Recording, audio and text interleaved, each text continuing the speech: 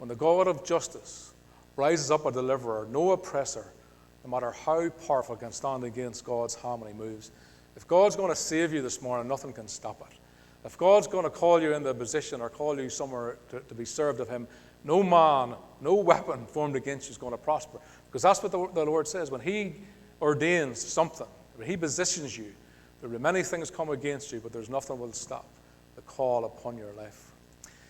Then we see the crisis of silence. It's in Esther 4. And Mordecai told them to reply to Esther, "Do not think in your heart that you will escape the king's palace any more than all the other Jews. For if you remain silent at this time, relief and deliverance will rise for the Jews from another place, but you and your father's house will perish. And who knows whether you have come to the kingdom for such a time as this?" Do you know what I see here? Even in luxury, silence can enslave us. Here she is, the queen of Persia. She's in the castle, she's in the palace. She's got everything that she needs. And the people is about to perish, but she's safe. And she's got a choice to make. Will I step in? Will I speak? Or will I remain quietly in my luxury?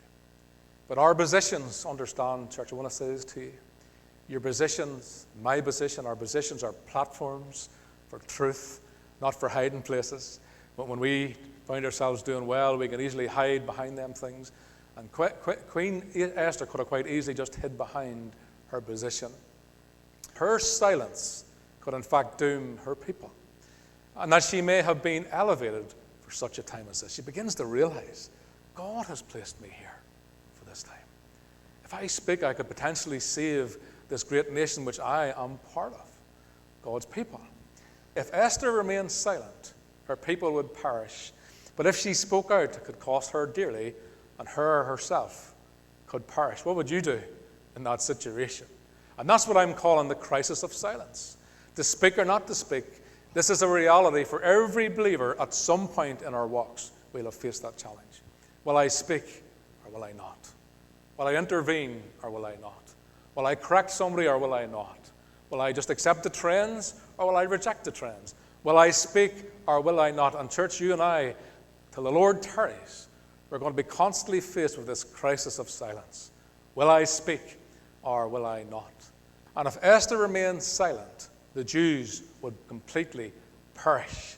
Do you see the power of our words, the importance of telling a lost soul that they need to be saved? And like Esther, we face a choice as a church, don't we?